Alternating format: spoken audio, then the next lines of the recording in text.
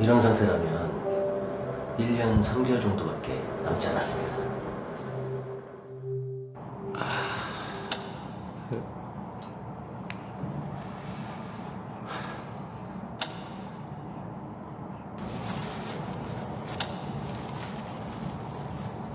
이거 아직 뭐 해야 될 게 많은데 이게 이제 다 물거품이 되는가.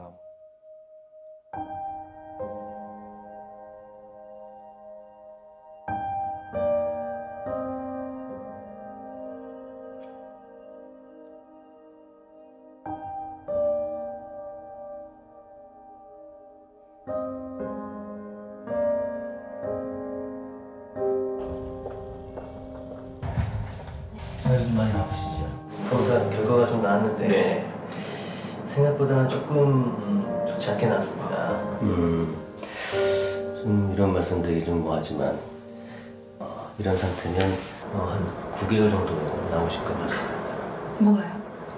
뭐가 잘못 나온 건데요? 6개월 정도밖에 남지 않았습니다. 네? 뭐가요? 결과서를 좀 드릴 테니까 차근차근 보고 계시면 제가 다 갔다 와서 다시 자세히 설명을 드리겠습니다.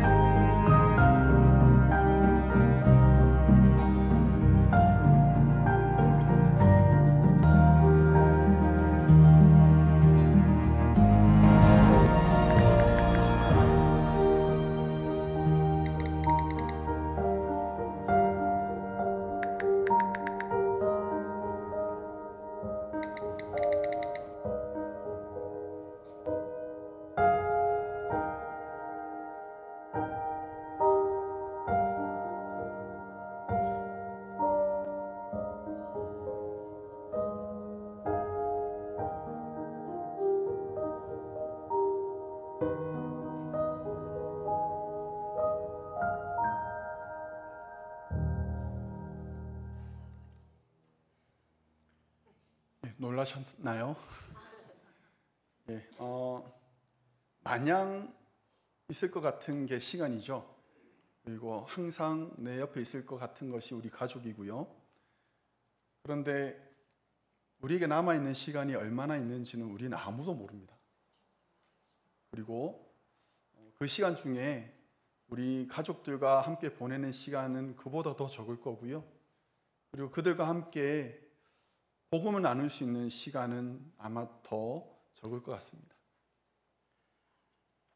우리가 지금 이번 9월 한 달을 전도하고 그리고 한 영혼을 가슴에 품고 기도하는 한 달로 우리가 선언을 하고 지금 보내고 있습니다. 다음 주에 우리가 보장 못합니다. 우리에게 주어진 시간이 있을 때 복음을 전하길 바랍니다. 너무 멀리 있어서 전하기 어렵다면 전화로 하시면 됩니다. 전화로 전화하셔서 내가 가지고 있는 가장 소중한 것, 예수 그리스도를 증거하고 그에게 예수님을 선물로 이렇게 증거하는 우리 모두 성도 되시기를 주의 이름으로 간절히 축원합니다. 할렐루야. 네. 갑자기 확 무거워지네요. 네. 그렇지만 우리에게 주어진 사명입니다. 복음 전하는 것은. 그래서 우리가 함께 이 일에 열심히 다하기를 바랍니다. 오늘 우리에게 주시는 말씀 사도행전 9장입니다. 사도행전 9장 10절에서 19절 말씀입니다. 우리 다 같이 자리에서 일어나서 함께한 목소리로 합동하시겠습니다. 사도행전 9장 10절에서 19절입니다. 그때 다메섹에 아나니아라 하는 제자가 있더니 주께서 환상 중에 불러 이르시되 아나니아야 하시거늘 대답하되 주여 내가 여기 있나이다 하니 주께서 이르시되 일어나 집가라 하는 거리로 가서 유다의 집에서 다소 사람 사울이라 하는 사람을 찾으라. 그가 기도하는 중이니라. 그가 아나니아라 하는 사람이 들어와서 자기에게 안수하여 다시 보게 하는 것을 보았느니라 하시거늘 아나니아가 대답하되 주여 이 사람에 대하여 내가 여러 사람에게 듣사온즉 그가 예루살렘에서 주의 성도에게 적지 않은 해를 끼쳤다 하더니 여기서도 주의 이름을 부르는 모든 사람을 결박할 권한을 대제사장에게서 받았다이다 하거늘 주께서 이르시되 가라. 이 사람은 내 이름을 이방인과 임금들과 이스라엘 자손들에게 전하기 위하여 택한 나의 그릇이라. 그가 내 이름을 위하여 얼마나 고난을 받아야 할 것을 내가 그에게 보이리라 하시니 아나니아가 떠나 그 집에서 들어가서 그에게 안수하여 이르되 형제 사울아 주 곧 내가 오는 길에서 나타나셨던 예수께서 나를 보내어 너로 다시 보게 하시고 성령으로 충만하게 하신다 하니 즉시 사울의 눈에서 비늘 같은 것이 벗어져 다시 보게 된지라. 일어나 세례를 받고 음식을 먹음에 강건하여 지니라. 사울이 다메섹에 있는 제자들과 함께 며칠 있을세. 하나님의 말씀입니다. 아멘. 자리에 앉으시기 바랍니다. 잠시 기도하고 말씀 받겠습니다. 걸어가신 하나님 아버지 감사합니다. 오늘 저희들이 주의 날을 맞이하여 하나님께 나아와 예배를 드립니다. 하나님, 우리의 마음속에 찾아와 주시옵소서. 가난하고 상한 피곤하고 지쳐있는 우리 마음에 하나님의 은혜로 채워주시고 강건하게 하여 주시옵소서. 또한 우리가 오늘 말씀을 통하여서 우리 마음에 성령의 은혜가 간절히 임하기를 원합니다. 하나님, 우리의 마음에 불을 붙여 주시옵소서. 예수 그리스도의 심장을 가지고 뜨겁게 살게 하여 주시옵소서. 그리하여 내가 원하는 삶이 아니라 하나님께서 기뻐하시는 복음의 삶을 살아가는 우리 모두가 다 되게 하여 주시옵소서. 감사드리며 걸어가신 예수님 이름으로 기도합니다. 아멘. 오늘 말씀 제목을 한번 읽어보겠습니다. 시작. 이 말씀, 이 제목이 혹시 익숙하신가요? 한때 문학소녀로 지냈던 분들은 아마 서정주 시인의 국화옆에서라는 시를 떠올리실 겁니다. 국화옆에서 아마 한 소절 정도는 다들 기억하실 거예요. 제가 읽어드리겠습니다. 낭낭한 목소리로 졸지 마시고 한 송이의 국화꽃을 피우기 위해 봄부터 소쩍새는 그렇게 울었나 보다. 한 송이의 국화꽃을 피우기 위해 촌둥은 먹구름 속에서 또 그렇게 울었나 보다. 그립고 아쉬움에 가슴 보이던 먼 젊음의 뒤안길에서 인제는 돌아와 거울 앞에 선 내 누님같이 생긴 꽃이여. 노란 내 꽃잎이 피하고 간밤엔 무서리가 저리 내리고 내게는 잠도 오지 않았나 보다. 멋있죠? 네, 옛날 생각 좀 나십니까? 국화 옆에서라는 시입니다. 가을은 국화의 계절입니다. 한 송이 국화꽃을 피우기 위해서 서쪽새가 그렇게 울었나 보다. 이 감정을 시인은 이렇게 예쁘게 아름답게 표현합니다. 지난밤 그렇게나 하늘을 찢으며 천둥이 울어댔던 것이 한 송이 국화꽃을 피우기 위해서 그렇게 울었나 보다라고 노래합니다. 한 송이 꽃을 피우기 위해 온 세상이 야단을 칩니다. 어려서 여름에 무더울 때가 되면 왜 이렇게 덥지? 왜 이렇게 습하지? 하고 짜증낼 때 어르신들이 꼭 하시는 말씀이 있었습니다. 이번 여름에 과일이 달겠네 라고 말씀하셨어요. 무더우면 달대요. 과일이 달게 맺히기 위해서 그렇게나 무더웠던 거라고 보는 거지요. 한 송이 국화꽃을 피우기 위해서 온 세상이 그렇게 난리를 쳤고, 과일 하나를 달게 하기 위해서 그렇게나 여름이 무더웠습니다. 하물며 한 사람의 영혼을 살리기 위해서 하나님은 얼마나 많은 노력을 기울이셨을까요? 사도 바울은 무려 14,000km를 이동했습니다. 그 먼 옛날에 14,000km를 걸어서 배를 타고 도보로 이렇게 먼 거리를 다니며 예수 그리스도의 복음을 증거했고 수없이 많은 교회들을 세웠습니다. 그가 남겼던 편지 13편의 편지는 신약 성경 한가운데를 자리하고 있습니다. 그래서 사도 바울을 가리켜 우리는 믿음의 거장 혹은 영웅이라고도 말을 합니다. 그는 분명 믿음의 큰 사람입니다. 그런데 사도 바울은 자기 자신을 가리켜 말하기를 나는 오직 주의 은혜로 된 것이다 라고 말을 합니다. 고린도전서 15장 말씀인데요, 고린도전서 15장 말씀 같이 한번 읽어보겠습니다. 말씀 준비해 주시고요. 제가 읽어드리겠습니다. 고린도전서 15장 10절입니다. 그러나 나의 다 된 것은 하나님의 은혜로 된 것이니 내게 주신 그의 은혜가 헛되지 아니하여 내가 모든 사도보다 더 많이 수고하였으나 내가 아니요 오직 나와 함께 하신 하나님의 은혜로다. 아멘. 복음의 원수였고 교회를 핍박하는 사람이었습니다. 그런 사람이 이제는 복음의 일꾼으로 예수 그리스도의 종으로 그의 삶을 살게 되었지요. 이렇게까지 바뀌는 데 있어서는 하나님께서 직접 일을 하셨습니다. 한 사람의 전도자를 만들기 위해서, 한 사람의 믿음의 사람을 빚어내기 위해서 하나님은 수없이 많은 노력들을 기울이셨지요. 천둥 번개뿐만이 아닙니다. 심지어는 영들의 세계까지 하나님은 활용하시면서 하나님의 크심을 드러내셨고, 바울로 하여금 하나님을 깨닫게 하고 하나님을 증거하게 하셨습니다. 성령의 능력으로 바울에게 능력을 입히셨고, 부활하신 예수님께서 직접 그를 만나기도 하셨습니다. 비바람과 풍랑을 사용해서 하나님의 크심과 능력을 확증해 주셨습니다. 그런데 무엇보다도 철이 철을 단련하는 것처럼 하나님은 사람을 통해서 사울을 바울로 만드는데 이렇게 일을 하셨던 거예요. 오늘은 바울을 다듬으실 때 사용하셨던 세 사람을 제가 소개하고자 합니다. 스데반과 아나니아와 바나바입니다.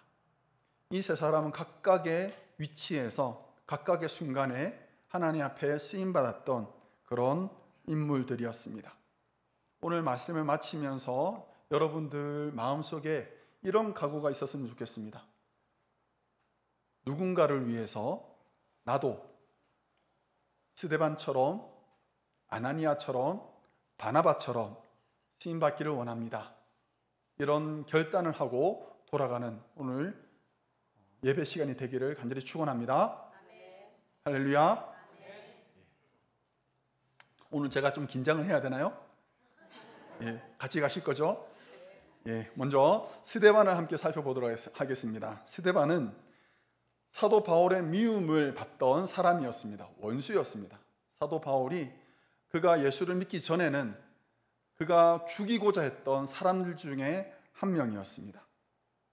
성경은 말하기를 스데반이 은혜와 권능이 충만한 사람이었다, 큰 기적을 행하여서 많은 사람들의 주목을 받는 사람이었다라고 말을 합니다. 특히 그에게는 지혜가 충만하여서 말씀의 능력이 있었고, 그가 전하는 말씀을 누구도 반박할 수 없는 그런 아주 논리적으로도 아주 강력한 그런 복음 전도자였습니다. 사람들이 스데반을 끌고 왔어요. 유대인들의 회당으로 끌고 왔습니다. 스데반 앞에는 대제사장들과 서기관들과 그리고 공회원들이 앉아 있었고요. 그 앞에서 스데반이 담대하게 하나님 말씀을 전합니다. 그가 전했던 말씀은 자신들의 조상 아브라함부터 시작하여서 그의 자손들 이삭, 야곱, 요셉, 그리고 나중에는 모세 시대, 광야에서 그 모세를 따라다녔던 많은 조상들의 이야기, 나중에는 이스라엘을 통일했던 다윗과 솔로몬의 이야기까지 이어갑니다. 그러면서 하나님께서 얼마나 이스라엘 백성들과 우리 조상들을 사랑했는지, 얼마나 많은 은혜를 베풀어 주었는지를 이야기하는 동시에 무엇을 얘기하느냐? 우리 조상들이 얼마나 완악하게 하나님을 거역하고 하나님을 실망시켰는지를 그는 이야기했던 거예요. 그 내용이 사도행전 7장에 나옵니다. 여러분 나중에 사도행전 7장 한번 보시면 깜짝 놀라실 거예요. 한 편의 설교가 다 들어있는데 내용이 방대합니다. 심지어는 이스라엘 역사의 절반밖에 못 갔어요. 솔로몬까지 갔으니까 아마 그에게 시간이 더 주어졌더라면 얼마나 더 많은 설교를 했는지도 모르겠습니다. 스데반이 전하는 그 설교를 듣고 유대인들이 은혜를 받은 게 아니에요. 그 이야기를 듣고 화가 났습니다. 어떻게 우리 조상들에 대해서 그렇게 나쁘게 얘기할 수 있느냐? 성경에 따르면 그 이야기를 들었던 유대인들이 이를 갈며 스데반에게 달려들었다라고 말합니다. 양심에 마음에 찔렸는데 찔려서 회개한 것이 아니고 찔려서 이를 갈고 달려든 거예요. 스데반을 끌고 성 밖으로 나갑니다. 그리고 스데반을 향하여서 돌을 던졌던 거죠. 그 일에 있어서 가장 앞장섰던 사람이 바로 사울이었습니다. 성경에서는 사울이 돌 던지는 유대인들의 옷을 맡았다라고 말을 하는데, 이것은 그가 아주 말단의 위치에 있었기 때문에 옷을 끌어모아서 이렇게 보관한 사람이라는 뜻이 아니고 그 일들을 진행하는 데 있어서 결정권자라는 뜻이에요.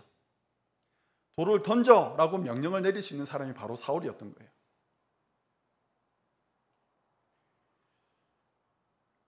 그런데 여러분, 우리가 알고 있는 것처럼 돌에 맞아 죽어가는 스데반이 마지막에 했던 행동이 무엇입니까?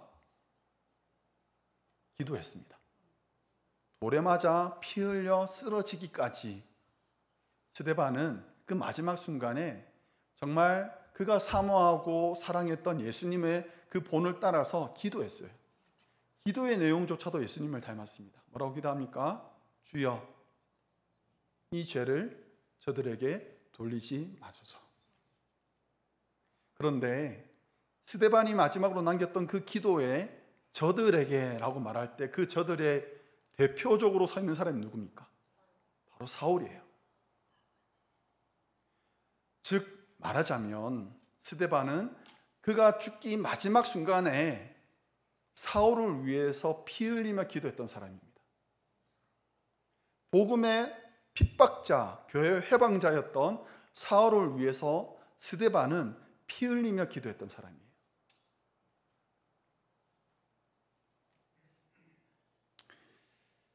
스데반의 기도가 있었으면 바라기는 사울이 즉각 자기의 잘못을 깨닫고 회개하고 돌아왔으면 좋을 텐데 불행히도 그런 일은 없었던 것 같아요. 스데반은 돌에 맞아 죽었고요. 사울은 더욱 의기양양해서 더 많은 그리스도인들을 죽이려고 다메섹으로 갑니다.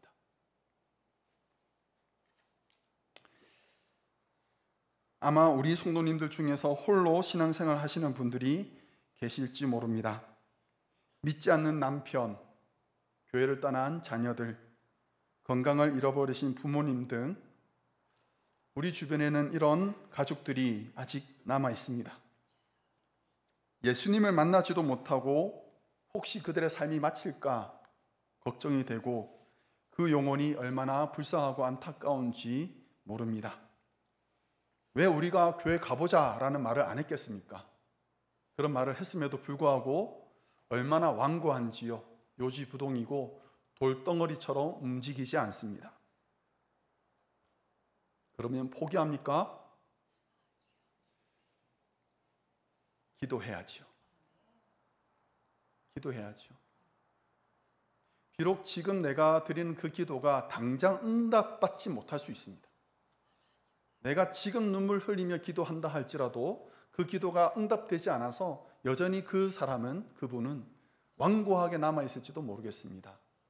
나의 기도가 그에게 닿지 않는 것 같아서 얼마나 속상한지요. 그런데 저는 믿습니다. 우리의 기도가 그 사람은 변화시키지 못한다 할지라도 하나님은 움직이게 할 겁니다. 우리의 기도가 그 하나님을 움직이게 하면 하나님은 하나님의 때에 하나님의 방식으로 그 사람을 녹여버릴 줄 믿습니다. 그 소망을 가지고 우리가 기도하는 거지요. 제가 오늘 여러분들에게 스데반을 먼저 소개하면서 우리에게 던지고 싶은 도전이 있는 것입니다. 기도합시다. 그 사람을 위해서 우리가 전도해야 될 그분을 위해서 해야 될 가장 먼저는 기도예요. 나의 기도의 능력이 드러나는 것이 아니라 하나님의 능력이 드러날 줄 믿습니다. 선하신 하나님께서 우리 기도 가운데 역사하시기를 주의 이름으로 축원합니다. 바울을 세웠던 두 번째 사람은 아나니아입니다. 아나니아. 예수님을 만나고 눈이 멀었던 사울은요, 사람들의 손에 끌려서 다메섹 직가라는 골목에 있는 한 유대인의 집에 머물게 됩니다. 그곳 다메섹에는 아나니아가 살고 있었고요. 아나니아는 예수님의 제자였습니다. 이 말은 만일 기세등등하던 사울이 아무 일 없이 다메섹에 도착했더라면 그가 가장 먼저 사로잡았을 사람이 아나니아였을 거라는 거예요. 사울이 가장 증오했던 사람, 미워했던 사람이 바로 아나니아였는데 예수님께서 아나니아에게 나타나서 말씀하시기를 직가에 있는 사울을 찾아서 그에게 안수하라 라고 말씀을 하십니다. 이 말씀에 얼마나 당황했는지 아나니아가 이렇게 말합니다. 13절 14절입니다. 주여, 이 사람에 대하여 내가 여러 사람에게 듣사온즉 그가 예루살렘에서 주의 성도에게 적지 않은 해를 끼쳤다 하더니 여기서도 주의 이름을 부르는 모든 사람을 결박할 권한을 대제사장에게서 받았나이다. 아나니아는 어린아이가 아닙니다. 어른입니다. 자기 스스로도 판단할 수 있는 지각력 있는 사람입니다. 들은 소식이 많습니다. 그가 가지고 있는 정보에 따르면 이 사울은 상종할 수 있는 사람이 아닙니다. 만나면 안 되는 사람이고 혹시 보이면 피해야 될 사람입니다. 그런데 그런 사울을 찾아가랍니다. 찾아가서 그에게 안수하랍니다. 이게 되겠습니까? 자신의 생명이 걸린 문제거든요. 자신의 안전이 위협받는 그런 상황에서 아나니아는 자신의 판단과 자신의 생각을 포기하고 예수님의 생각을 따라갑니다. 예수님 생각이 자기와 달랐거든요. 15절 말씀에 보면 예수님께서 사울을 어떻게 보고 있는지가 나옵니다. 같이 한번 읽어보겠습니다. 주께서 이르시되 가라, 이 사람은 내 이름을 이방인과 임금들과 이스라엘 자손들에게 전하기 위하여 택한 나의 그릇이니라. 아멘. 아나니아의 판단에 따르면 이 사람은 원수고요, 피해야 되는 사람인데 예수님, 나의 주 되시는 예수님의 시선으로는 이 사울은 복음을 위해서, 예수님을 위해서 쓰임받을 택한 그릇이라는 거예요. 그것을 받아들여야 됩니다. 얼마나 어렵겠습니까? 그런데 아나니아는요, 그렇게 하기를 결정합니다. 그리고 직가에 있는 사울을 찾아갑니다. 기도하고 있던 사울에게 손을 얹고 이렇게 말합니다. 형제 사울아.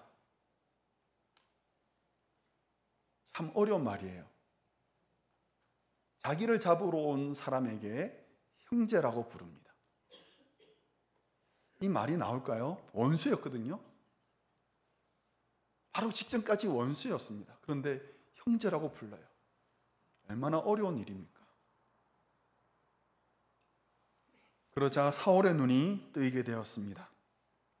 사도행전 22장에는 바울이 된 사울이 사도행전 9장에서 일어났던 일들을 회상하는 장면이 나와요. 그래서 바울이 그때 있었던 일들에 대해서 고백하는 내용들이 쭉 나오는데, 바울의 기억에 따르면 이렇게 말합니다. 아나니아는 율법에 의하면 경건한 사람으로 모든 유대인들에게 칭찬듣는 사람이다 라고 기억하고 있고요. 그때 아나니아가 사울에게 세례를 주었고, 그는 하나님의 믿음의 공동체 안에 들어가게 됩니다. 혹시 그 사람은 절대 안 돼, 그 사람은 절대 안 변해, 그 사람은 안 돼, 해도 안 돼 라고 생각하는 사람들이 혹시 있습니까?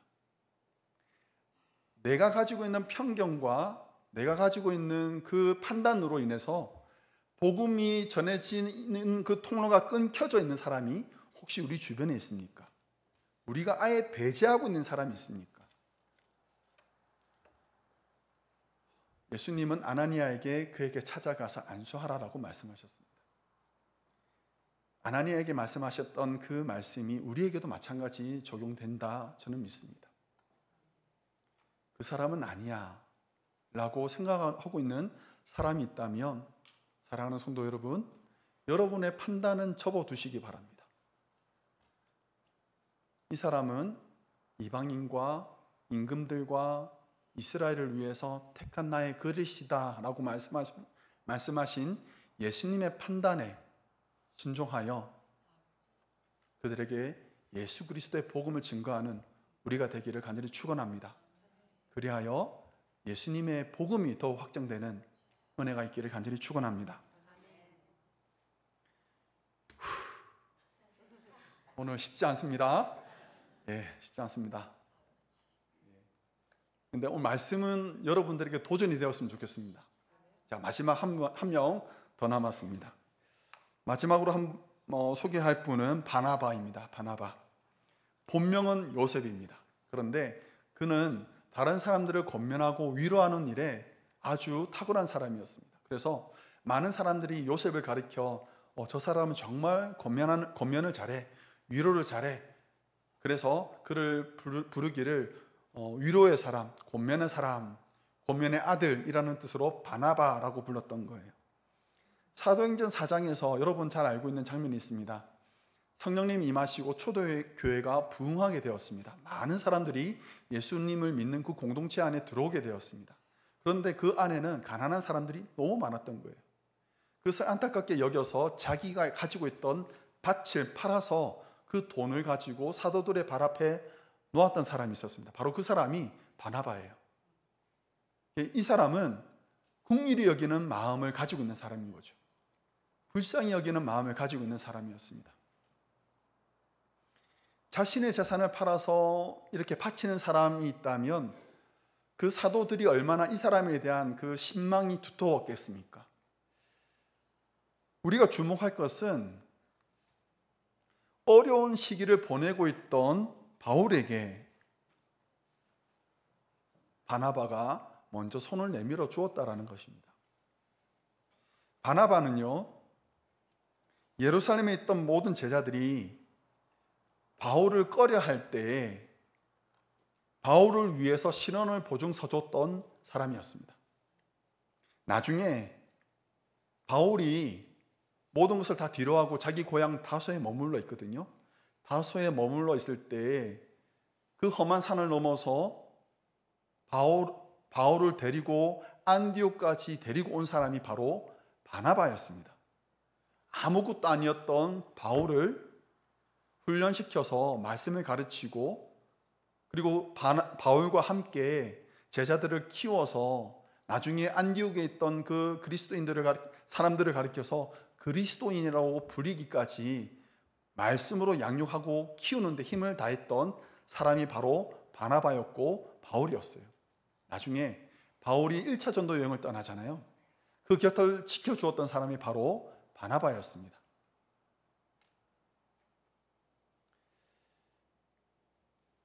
아마 우리 교회에 처음 오셨을 때 여러분들 그때 그 순간을 잠시 생각해 보시면 좋을 것 같습니다.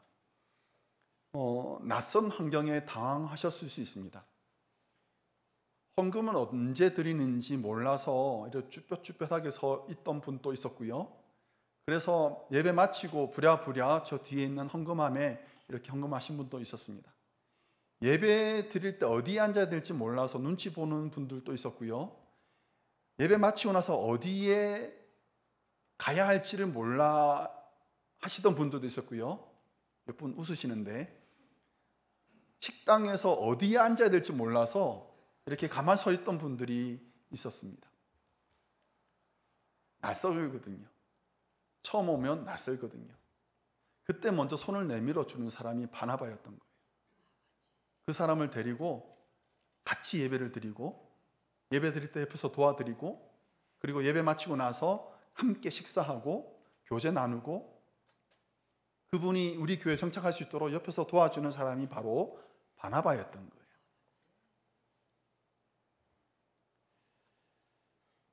매년 연말이 되면 분야별로 각종 시상식이 열립니다. 그리고 최우수 연기상 같은 상을 받는 분들의 수상 소감은 많은 사람들의 관심을 받게 됩니다. 그 사람들이 하는 내용은 다 비슷합니다. 이런 내용입니다. 이 영화를 찍게 해주신 감독님과 투자자님께 감사하고, 함께 연기한 동료 연기자들에게 감사하고, 소속사 사장님과 메이크업, 헤어, 분장, 매니저들에게 감사하다라고 말을 합니다. 그리고는 이제 가족들을 언급하죠. 사랑하는 배우자에게 감사하다고, 어려운 시기를 잘 참아준 우리 자녀들에게도 감사하다고, 이제 끝나면 큰일 나죠. 그렇죠? 낳아주신 부모님께 감사하다는 꼭 말을 해야 되죠. 그리고 또 믿음 있는 사람은 어떻게 마칩니까? 신앙인들은 뭐라고 마쳐요? 하나님께 이 영광을 올려드립니다 하고 그 인사를 마치죠. TV를 안 보시나요? 그때 그 영광스러운 자리에 서서 수상소감을 하는 그 사람은 혹시 내가 빠뜨린 사람이 있는 건 아닌가라는 그 조바심 때문에 그 소감을 다 얘기하고 나서도 찜찜해해요. 내가 누굴 빠뜨린 건 아닌가? 내가 누굴 잊은 건 아닌가? 사랑하는 성도 여러분, 우리도 누군가에게 기억되는 사람이 되었으면 좋겠습니다. 우리 사랑하는 자녀들, 우리 사랑하는 가족들, 내 친구들, 내 동료들, 그들이 나중에 하나님 앞에 섰을 때 하나님과 얘기 나눌 거 아니에요. 제가 여기 오기까지 저를 인도해 준 사람들이 누가 있었습니다 할 때 우리 이름이 거론되었으면 좋겠습니다. 나의 신앙의 여정에 있어서 나를 위해서 기도해 준 사람, 스데반처럼, 다른 사람들이 나에 대한 오해와 편견을 가지고 있을 때 그것을 깨트리고 나에게 안수해 주고 나의 눈을 열어주었던 사람, 내가 홀로 있을 때 먼저 다가와 손을 내밀어 주고 나를 도와줬던 사람, 그런 사람의 이름으로 우리가 불리기를 간절히 바랍니다. 그래야 되지 않겠습니까?